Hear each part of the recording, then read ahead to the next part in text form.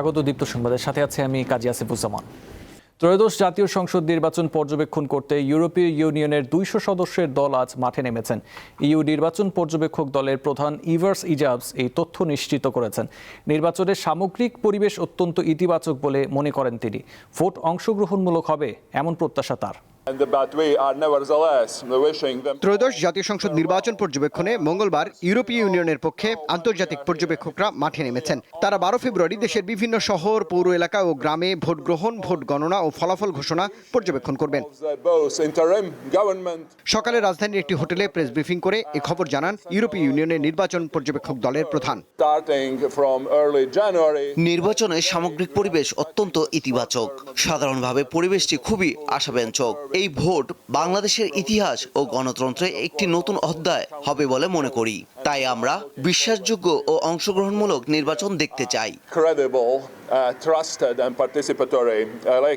তিনি বলেন, নির্বাচন অংশগ্রহণমূলক করতে সংখ্যালঘু ও নারীদের ভোটাধিকার প্রয়োগ নিশ্চিত করা জরুরি। কোনো রাজনৈতিক কার্যক্রমে অংশ না নিয়ে নিরপেক্ষভাবে নির্বাচন পর্যবেক্ষণ করাই আমাদের কাজ। আমরা সেনাবাহিনী, পুলিশের সাথে কথা বলেছি। কিছু ঝুঁকিপূর্ণ ও কিছু কম ঝুঁকিপূর্ণ কেন্দ্র আছে। সার্বিকভাবে নিরাপত্তার বিষয়টি নিয়ন্ত্রণে আছে বলে আমরা মনে করি। নারী সহ যে কোনো সংখ্যালঘু মানুষের অংশগ্রহণ আমরা চাই।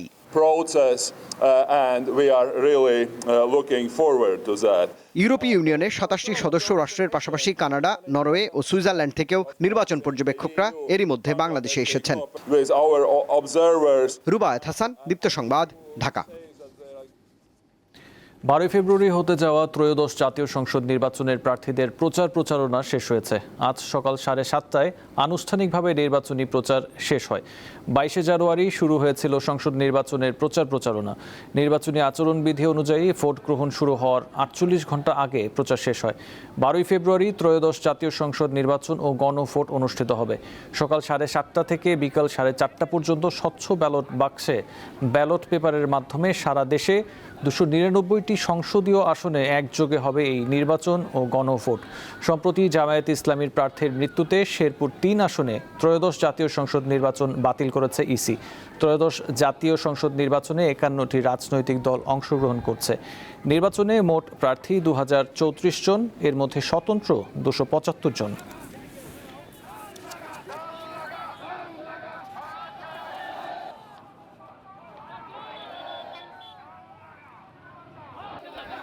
দুর্নীতি ও আইন শৃঙ্খলার বিষয়ে আপোষ না করার প্রতিশ্রুতি দিয়ে ধানের শীষকে বিজয়ী করার আহ্বান জানিয়েছেন বিএনপি চেয়ারম্যান তারেক রহমান। গতকাল বাংলাদেশ টেলিভিশনে প্রচারিত নির্বাচনী ভাষণে তিনি এই আহ্বান জানান। এর আগে জামায়াতে ইসলামীর আমির শফিকুর রহমান বলেন, ক্ষমতায় গেলে জামায়াত নারীদের সমাজের মূল ধারার নেতৃত্বে কাজ করার সুযোগ করে দেবে। প্রিয় দেশবাসী, ত্রয়োদশ জাতীয় সংসদ নির্বাচন উপলক্ষে প্রচারণার শেষ সময়ে রাষ্ট্রীয় টেলিভিশন বিটিভিতে জাতির উদ্দেশ্যে নির্বাচনী ভাষণ দিয়েছেন বিভিন্ন রাজনৈতিক দলের প্রধানরা। তারা সবাই নির্বাচন ঘিরে তাদের অঙ্গীকার তুলে ধরে জনগণের কাছে নিজের দলের পক্ষে ভোট চান। স্বনির্ভর বাংলাদেশ বিনির্মাণের জন্য আমরা আমাদের পরিকল্পনা সাজিয়েছি। সোমবার সন্ধ্যায় সবশেষ ভাষণে বিএনপি চেয়ারম্যান তারেক রহমান দলের কর্মপরিকল্পনা তুলে ধরেন এবং বেশ কিছু প্রতিশ্রুতি ব্যক্ত করেন। দেশের সকল তরুণ তরুণী, বেকার জনগোষ্ঠী এবং নারীদের জন্য দেশে বিদেশে কর্মসংস্থান এবং কর্ম পরিবেশ নিশ্চিত করাই এবার বিএনপির প্রথম এবং প্রধান অগ্রাধিকার।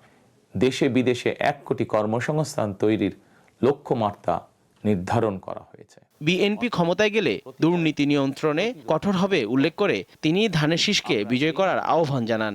বর্তমান এবং ভবিষ্যৎ প্রজন্মের জন্য একটি নিরাপদ বাংলাদেশ গঠনের জন্য আপনার পরিবারের সদস্যদের জন্য যেসব পরিকল্পনা গ্রহণ করেছি, প্রতিটি পরিকল্পনা বাস্তবায়নের জন্য ধানের শীষে আপনাদের সমর্থন এবং আপনাদের ভোট চাই। এর আগে বাংলাদেশ জামায়াতে ইসলামীর আমির ডক্টর শফিকুর রহমান জানান, ক্ষমতায় গেলে জামায়াত নারীদের সমাজের মূলধারার নেতৃত্বে কাজ করার সুযোগ করে দেবে। আমরা ক্ষমতায় এলে নারীরা কেবল ঘরের ভেতরে নয়, সমাজের মূলধারার নেতৃত্বে থাকবেন সগৌরবে। কর্পোরেট জগৎ থেকে রাজনীতি সবখানে তাদের মেধার মূল্যায়ন হবে কোনো বৈষম্য ছাড়াই। নির্বাচনী ভাষণে তিনি বলেন, সবাইকে নিয়ে ঐক্যের বাংলাদেশ গড়তে চায় জামায়াত। সবাইকে নিয়ে ঐক্যের বাংলাদেশ গড়তে চাই, এমন বাংলাদেশ যেখানে কেবল পারিবারিক পরিচয়ে কেউ দেশের চালকের আসনে বসতে পারবে না। এমন বাংলাদেশ যেখানে রাষ্ট্র হবে সবার, সরকার হবে জনগণের। প্রিয় দেশবাসী, জনগণ চায় একটু নিরাপত্তা, সুশাসন আর ইনসাফ। তাই আগামীর বাংলাদেশকে এসব অঙ্গীকার এবং মূল্যবোধের আলোকে সাজাতে চাই। এছাড়া বাংলাদেশের কমিউনিস্ট পার্টি সিপিবির সভাপতি কাজী সাজ্জাদ জহির চন্দন, এবি পার্টির চেয়ারম্যান মুজিবুর রহমান ভূঁইয়া মঞ্জু, বাংলাদেশের সমাজতান্ত্রিক দল মার্ক্সবাদীর সমন্বয়ক মাসুদ রানা, বাংলাদেশ খেলাফত মজলিসের আমির মামুনুল হক, বাংলাদেশ লেবার পার্টির chairman doctor Mostafizur Rahman Iran এবং বাংলাদেশ মুসলিম লীগের সভাপতি জুবেইদা কাদের চৌধুরী জাতির উদ্দেশ্যে দলীয় নির্বাচনী ভাষণ দেন। বাংলাদেশ আমাদের সবার। জহুরুল মোহসান, দীপ্ত সংবাদ, ঢাকা। ব্রাহ্মণবাড়িয়া 2 আসনের স্বতন্ত্র প্রার্থী রুমিন ফারহানা অভিযোগ করেছেন, তার হাঁস প্রতীকের পক্ষে কাজ করায় অনেককে হুমকি দেওয়া হচ্ছে। সোমবার রাতে সরাইলের নির্বাচনী কার্যালয়ে সংবাদ সম্মেলনে অভিযোগ করেন তিনি। তবে কে বা কারা হুমকি দিচ্ছে সেটি স্পষ্ট করেননি আলোচিত এই প্রার্থী। নির্বাচনে রুমিন ফারহানাকে সমর্থন দিয়েছে জাতীয় পার্টি। এ তথ্য জানাতে জাতীয় পার্টির নেতাদের নিয়ে সংবাদ সম্মেলনটি করেন তিনি। বিএনপির বহিষ্কৃত নেত্রী রুমিন ফারহানার প্রধান প্রতিদ্বন্দ্বী বিএনপি জোট সমর্থিত জুনাইদ আল হাবিব, তার প্রতীক খেজুর গাছ।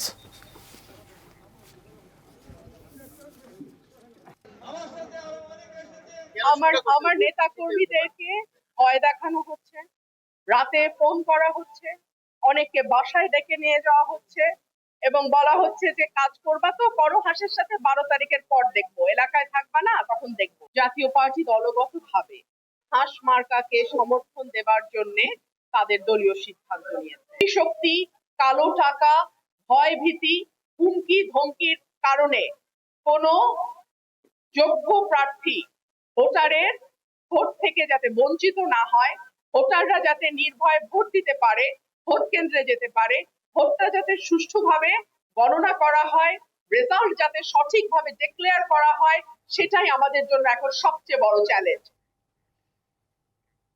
ত্রয়োদশ জাতীয় সংসদ নির্বাচন ও গণভোট সামনে রেখে আজ থেকে বিভিন্ন শিল্পাঞ্চলের পোশাক কারখানায় ছুটি শুরু হয়েছে। ফলে অনেকে যাচ্ছেন বাড়ি। সকাল থেকে সাভারের হেমায়েতপুর, আশুলিয়ার 20 মাইল, নবীনগর, বাইপাইল সহ বিভিন্ন বাস স্ট্যান্ডে যাত্রীদের বাড়তি চাপ রয়েছে। যাত্রীদের অভিযোগ, অতিরিক্ত যাত্রীর চাপ তৈরি হওয়ার কারণে পরিবহন শ্রমিকরা অতিরিক্ত ভাড়া আদায় করছেন। অতিরিক্ত ভাড়া দাবি করায় ঘরমুখো মানুষ বাইপাইল সড়কে অবরোধ করেন। সেনাবাহিনী তাদেরকে বুঝিয়ে সড়ক থেকে সরিয়ে দেয়।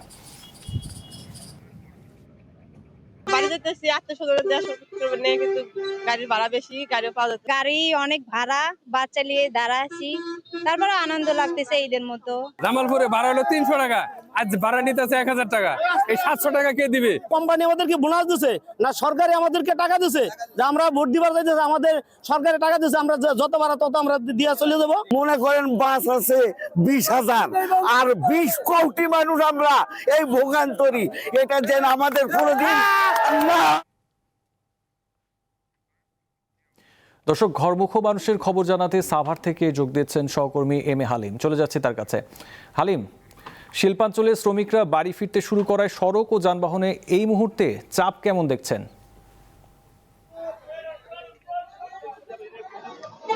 আসিফ, এই মুহূর্তে যদি আপনাকে জানাই তা হচ্ছে এটি হচ্ছে যে পল্লী বিদ্যুৎ থেকে বাইপাইল এবং বাইপাইল থেকে শ্রীপুর এবং সেখানে চক্রবর্তী থেকে চন্দ্রা পর্যন্ত কিন্তু প্রায় 10 কিলোমিটারের যানজটের সৃষ্টি হয়েছে। তো সকাল থেকে আমরা দেখতে পেয়েছি যে এই 4 দিনের যে বিশেষ একদিন সহ 4 দিন ছুটি পাওয়ার পর থেকে যে শ্রমিকরা তারা কিন্তু ভোট দিতে তাদের গ্রামের বাড়ির দিকে ছুটছেন। এবং একটি বিষয় জানিয়ে রাখি, গতকালকে তাদের কর্মদিবস শেষ হওয়ার পরই কিন্তু তারা সন্ধ্যার পর থেকে কিন্তু মহাসড়কের বিভিন্ন যে কাউন্টারগুলো রয়েছে সেখানে কিন্তু তারা ভিড় করতে শুরু করে এবং সেই ধারাবাহিকতায় কিন্তু আজকে সকাল পর্যন্ত কিন্তু এখনো সেই মহাসড়কে চাপ রয়েছে এবং অনেক স্থানে কিন্তু জটলা রয়েছে এবং সেই সাথে যারা শ্রমিকরা রয়েছে তারা কিন্তু তাদের পরিবারের সাথে এই আনন্দ প্লাস ভোট দেওয়ার জন্য তারা যাচ্ছে এমনটি বলছিল। এবং সেই সাথে তাদের একটি অভিযোগ রয়েছে যে তারা কিন্তু এই আজকে যে তারা এখানে যাচ্ছে বাড়িতে, সেখানে কিন্তু যে পরিবহনের যে ভাড়ার বিষয়টি সেটি কিন্তু অতিরিক্ত ভাড়ার যে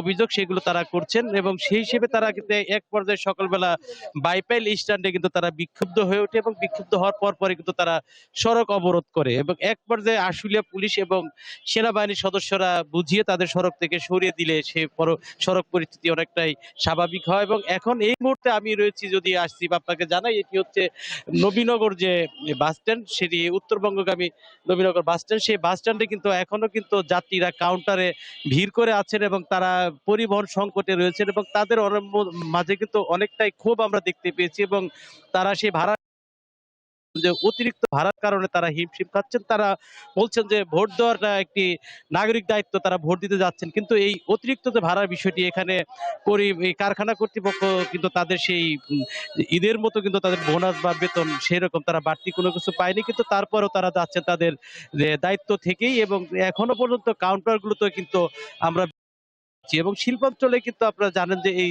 4 দিনের ছুটিতে কিন্তু একটি উৎসবের আমেজ বিরাজ করছিল শ্রমিকদের মাঝে, কিন্তু সেই অতিরিক্ত ভাড়ার কারণে কিন্তু অনেকটাই ফিকে হয়ে আসছে। সব মিলে এখন পর্যন্ত এই নবীনগর চন্দ্রা এবং ঢাকা রিচা মহাসড়কে কিন্তু পরিবহন এর সংকট রয়েছে এবং যাত্রীদেরও চাপ রয়েছেন। তো এই ছিল আমার কাছ থেকে আসিফ সর্বশেষ। হালিম, আপনাকে ধন্যবাদ। সাভার থেকে ছিলেন M A Halim. S Alam group ও আদানি গ্রুপের বিদ্যুতের দাম অতি মূল্যায়িত উল্লেখ করে তা সংশোধনে প্রয়োজনীয় ব্যবস্থা গ্রহণের তাগিদ দিয়েছে বিদ্যুতের দাম সংক্রান্ত চুক্তি পর্যালোচনা জাতীয় কমিটি। প্রতিবেদনে তারা জানিয়েছে, দাম বেশি হয় 2017 সালে চুক্তির পর পিডিবির ক্ষতি হয়েছে অন্তত 50,000 কোটি টাকা। ভারতের আদানি পাওয়ারের সাথে বাংলাদেশ বিদ্যুৎ উন্নয়ন বোর্ড বিপিডিপি বিদ্যুৎ ক্রয় চুক্তি করে 2017 সালের 5 নভেম্বর। 25 বছর মেয়াদী চুক্তির আওতায় ভারতের ঝাড়খণ্ডের গোড্ডা বিদ্যুৎ কেন্দ্র থেকে বাংলাদেশে বিদ্যুৎ আমদানি করা হয়। বর্তমানে কয়লাভিত্তিক কেন্দ্র আদানির বিদ্যুৎ কিনতে খরচ হয় প্রায় 11 টাকা 93 পয়সা, আর এস আলমের এসএস পাওয়ার থেকে ব্যয় হয় 12 টাকা 80 পয়সা। বিপিডিপি বলছে, কয়লার বর্তমান দাম বিবেচনায় প্রতি ইউনিটে খরচ হয় 11 টাকা।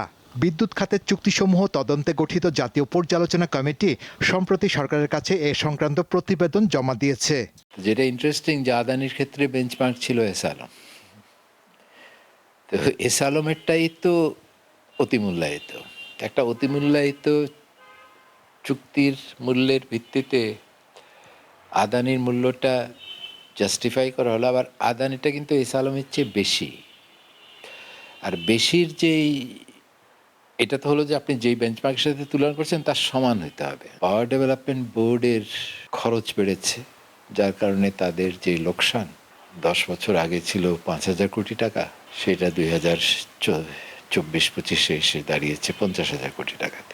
বিদ্যুতের শুল্ক কমানো এবং বিতর্কিত শর্তগুলো সংশোধনের জন্য এস আলম এবং আদানি পাওয়ারের সঙ্গে আলোচনার পরামর্শ দিয়েছেন বিশেষজ্ঞরা। এটা খুবই আশ্চর্যজনক যে আসলে একটা প্রাইভেট কোম্পানি যে এস আলম গ্রুপ, তো তাদের স্বার্থের কারণেই আমাদের যে বিদ্যুতের দাম এবং এই যে আদানি গ্রুপের সঙ্গে যে চুক্তি, সেই চুক্তিটা আসলে দেশের স্বার্থকে বর্জন করে আসলে এই এস আলম গ্রুপকে আসলে এখানে আর্থিক সুবিধা দেওয়া হয়েছে এবং তাদেরকে সুবিধা দেওয়ার জন্যই মূলত এই চুক্তির বিভিন্ন রকমের টার্ম রেট ঠিক করা হয়েছে। জিনিসটা তো পুরো পলিটিক্যাল কারণে হয়েছে।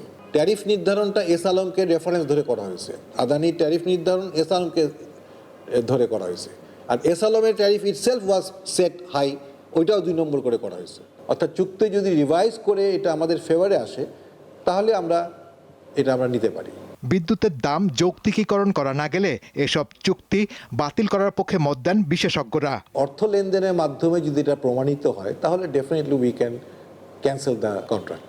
শাহরিয়ার ইমন, দীপ্ত সংবাদ, ঢাকা। কুমিল্লার সদর উপজেলার কটকবাজার এলাকায় একটি পুকুর সেচে অবৈধ অস্ত্র উদ্ধার করেছে র্যাব। ভোর থেকে এই অভিযান পরিচালনা করা হয়। সেখান থেকে যোগ দিচ্ছেন সহকর্মী শাকিল মোল্লা। শাকিল, এখন পর্যন্ত কয়টি অস্ত্র উদ্ধার করা হয়েছে, এগুলো কি ধরনের অস্ত্র, আর অভিযানের সবশেষ অবস্থা আমাদের জানান।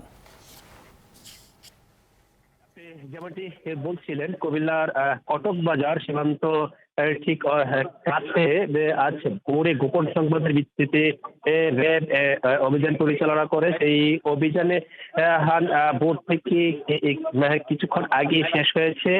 এখান থেকে যে অস্ত্রগুলো হয়েছে, দেশীয় ও ধারালো অস্ত্র রয়েছে, পাইপ গান রয়েছে এবং পিস্তল হল সহ বেশ কিছু অস্ত্র রয়েছে। আমার পিছনে আমি যদি একটু আপনাকে আগে দেখাই যে অস্ত্রগুলো উদ্ধার হয়েছে, সেই অস্ত্রগুলো আসলে লিস্ট করা হয়েছে।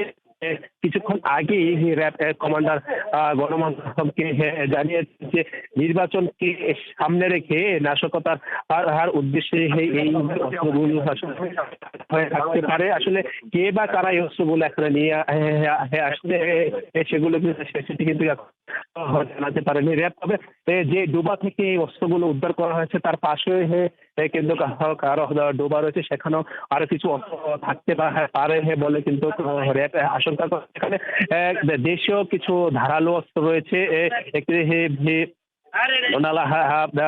বন্দুক রয়েছে, দুটি 3টি পিস্তল রয়েছে এবং কিছু গুলি রয়েছে বলে র্যাব আমাদেরকে জানিয়েছেন।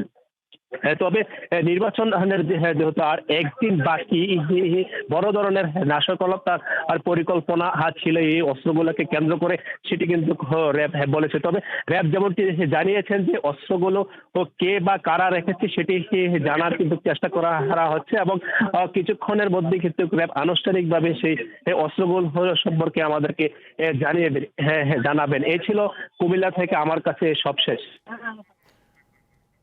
কুমিল্লা থেকে এতক্ষণ আমাদের সাথে ছিলেন শাকিল মোল্লা। বাংলাদেশ ও যুক্তরাষ্ট্রের মধ্যে এগ্রিমেন্ট অন রেসিপ্রোকাল ট্রেড বা ART চুক্তি সই হয়েছে। এ বাণিজ্য চুক্তির আওতায় বাংলাদেশের রপ্তানি পণ্যের শুল্ক শতকরা 20% থেকে কমে 19% হবে। আর যুক্তরাষ্ট্র থেকে আমদানি করা তুলা ও কৃত্রিম তন্তু দিয়ে তৈরি পোশাক দেশটিতে রপ্তানিতে কোনো শুল্ক দিতে হবে না।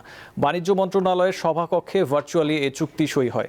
এ সময় জাতীয় নিরাপত্তা উপদেষ্টা খলিলুর রহমান, বাণিজ্য উপদেষ্টা শেখ বশিরউদ্দিন ও বাণিজ্য মন্ত্রণালয়ের সচিব মাহবুবুর রহমান বাংলাদেশ থেকে যুক্ত হন। বাংলাদেশের পক্ষে বাণিজ্য উপদেষ্টা ও যুক্তরাষ্ট্রের পক্ষে জেমিসন গ্রিয়ার এ চুক্তিতে স্বাক্ষর করেন।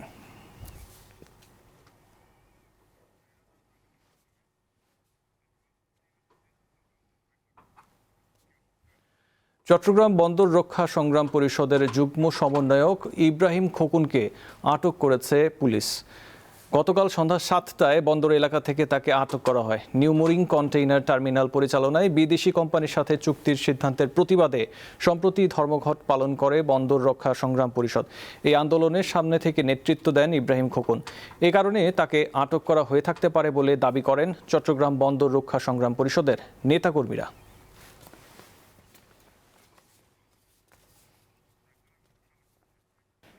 টি-20 বিশ্বকাপে ভারতের বিপক্ষে খেলার সিদ্ধান্ত নিয়েছে পাকিস্তান। গ্রুপ পর্বের ম্যাচে ভারতের মুখোমুখি হওয়ার কথা ছিল পাকিস্তানের। বাংলাদেশকে সমর্থন করে ম্যাচ বয়কটের সিদ্ধান্ত নিয়েছিল তারা।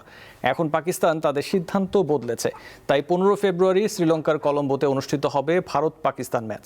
এদিকে আইসিসি বলেছে সব সদস্য দেশ ভবিষ্যতে আইসিসির ইভেন্টে অংশগ্রহণের প্রতিশ্রুতিকে সম্মান করতে রাজি হয়েছে।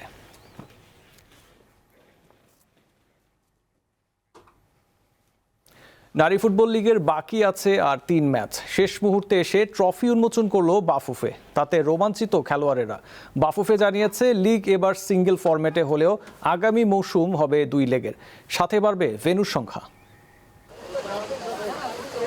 সাধারণ মানুষের বিনোদনের কেন্দ্র হিসাবে বিবেচিত হয় পার্ক। সোমবার রাজধানীর গুলশানে বিচারপতি শাহাবুদ্দিন আহমেদ পার্কে বাফুফে এবার করল ভিন্ন আয়োজন। শেষ প্রান্তে থাকা নারী ফুটবল লিগের 7ম আসরের ট্রফি উন্মোচন করেছে সংস্থাটি। ট্রফি উন্মোচন হবে, তো ওই জিনিসটা আমার কাছে একটু খারাপ লাগছে। কারণ হলো সর্বপ্রথমই সবসময় দেখি যে ট্রফিটা প্রথমেই লিগ শুরু হওয়ার আগে উন্মোচন হয়, কিন্তু এটা মানে খেলার মাঝখানে নতুনত্ব কোনো কিছু দেখলে আসলে আমাদের অনেক ভালো লাগে। তো এরকম কখনো আর হয় নাই। আমি 5 বার লিগ খেলছি, তো 5 বারের এই প্রথম হচ্ছে এরকম মানে ট্রফি উন্মোচন হয়েছে, অনেক ভালো লাগছে। এইবার লিগের যথেষ্ট কম্পিটিশন হয়েছে বলে আমি মনে করি। কারণ আপনি যেটা বলতেছেন যে অনেক টিম গোল করতে পারেনি, আসলে এটা হতে পারে তাদের টিমের ইনজুরি থাকতে পারে বা দলের অনেক সমস্যা থাকে না। আগামী মার্চে AFC এশিয়ান কাপে অংশ নিতে এই মাসের মাঝামাঝিতে অস্ট্রেলিয়ার উদ্দেশ্যে ঢাকা ছাড়বে বাংলাদেশ নারী দল। তাই এবার নারী লিগটাও আয়োজিত হয়েছে সিঙ্গেল লেগ ফরম্যাটে। তবে আগামীতে 2 লেগের পাশাপাশি ভেন্যুর সংখ্যা বাড়ানোর চিন্তা রয়েছে বাফুফের। আমাদের যেটা উদ্দেশ্য ছিল মিশন অস্ট্রেলিয়ার জন্য মেয়েদেরকে এনাফ গেম টাইম দেওয়া এবং টপ প্লেয়ার যারা তারা যেন বেঞ্চে না থাকে সেটা আমরা ইনশিওর করতে পেরেছি। I think that was very good. But এবছর তো আবার হবে, এই WFL আবার হবে। আশা করি 2টা টায়ার করে করবো, 1 and 2। এবার যেটা হয়েছে, আমাদের চ্যালেঞ্জ ছিল, আমাদের সময়ের একটা ব্যাপার ছিল। সো দিনে এতগুলি খেলা ডেফিনেটলি আমরা এবার রাখবো না, আমরা ম্যাক্সিমাম 1টা কিংবা 2টো করে থাকবে।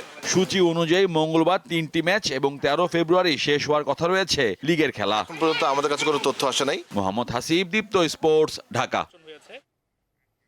এই ছিল এখনকার মতো, পরের সংবাদ দেখার আমন্ত্রণ রইল। এছাড়া আরও তথ্য বিনোদনের জন্য চোখ রাখুন দীপ্ত টিভি ডিজিটাল প্ল্যাটফর্মগুলোতে। ধন্যবাদ।